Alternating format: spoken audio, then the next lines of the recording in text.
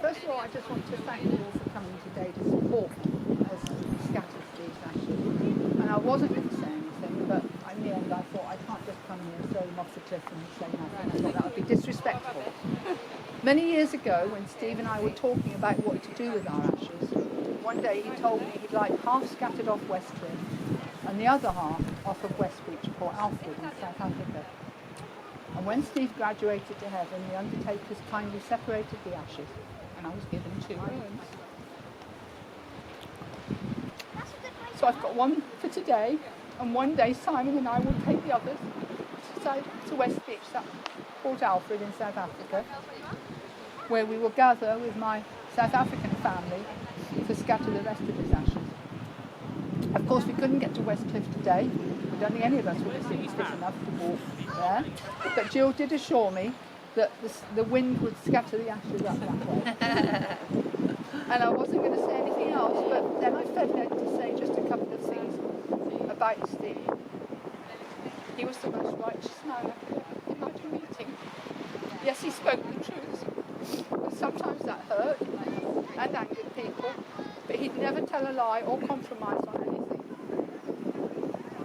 My favourite memory of Steve, I've told this to some people, is of a day in 2001. He had students come to the house twice a week for Bible study. Paul Bates, who some of you know, was one of them. I'd always taken the view that I was a good little Christian, so I didn't need to have any Bible study lessons. But something kept bugging me, and one day I confronted him in my usual nice, kind manner and said, I keep hearing you use this term born again. I don't know why you keep saying it. It's just a made-up Americanism, and it's not even in my Bible. A friend had told me that a long time ago. So he said, will you please fetch your Bible? And I said, okay. But my Bible was printed in England. My Bible was printed in England and was given to me when I was 9 years old. So I know it isn't in there. Oh boy, did I love to argue. As Jill and I were talking about this morning, love a good argument.